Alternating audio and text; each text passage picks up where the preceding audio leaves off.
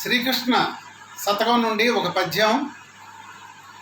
దండమయా విశ్వంభర దండమయా పుండరీకదళ నేత్రహరి దండమయా విశ్వంభర దండమయా పుండరీకదళ నేత్రహరి దండమయా కరుణానిధి దండమయా కరుణానిధి దండమయా నీకునెప్పుడు దండము కృష్ణ దండమయా నీకునెప్పుడు దండము కృష్ణ.